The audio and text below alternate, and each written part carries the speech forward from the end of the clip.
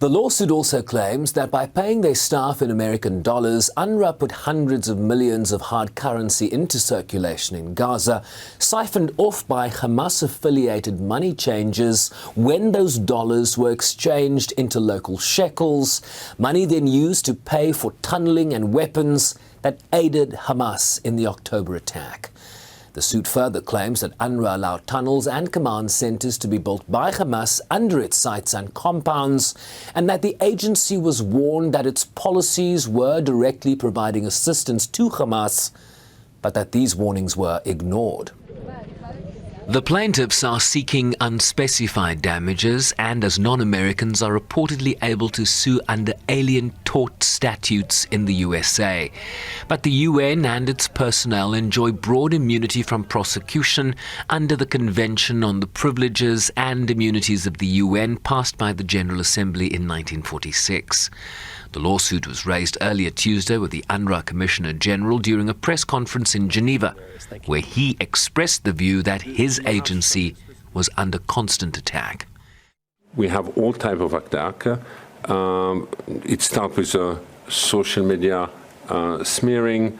There is always something coming out. The lawsuit came out yesterday, I believe.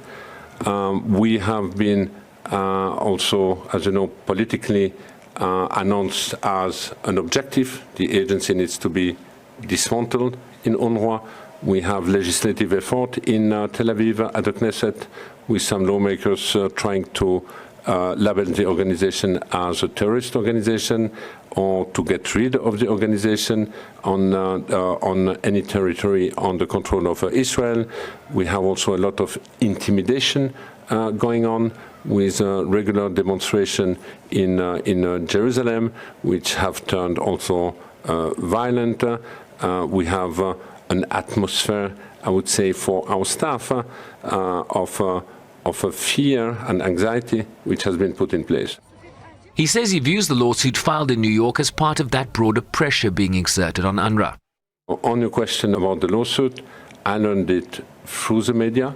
I have not received any notification. I don't know what the statute of this lawsuit is all about, but for the time being, I see this as an additional way to put pressure on the agency.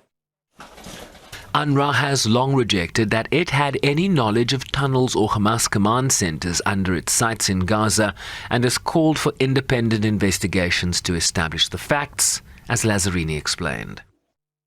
I addressed the Security Council about 6 weeks ago on this specifically, and basically I called on the member of the Security Council to put in place such an investigative capacity. Now, would it be the Security Council? Would it be the Human Rights Council? Would it be the General Assembly? I don't know what the best mechanism is all about.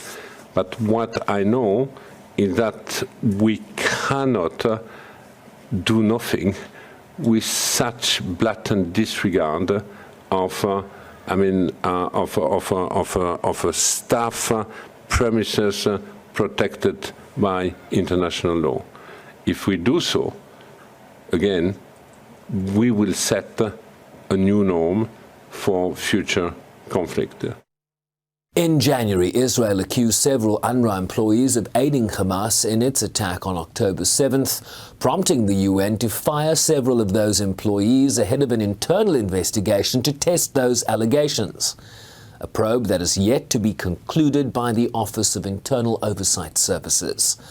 A separate report by France's former Foreign Minister Catherine Colonna into the workings of UNRWA stated in April that Israel had not provided evidence that a significant number of UNRWA employees had links to Hamas, but did call for more robust vetting of staff members to ensure neutrality and trust.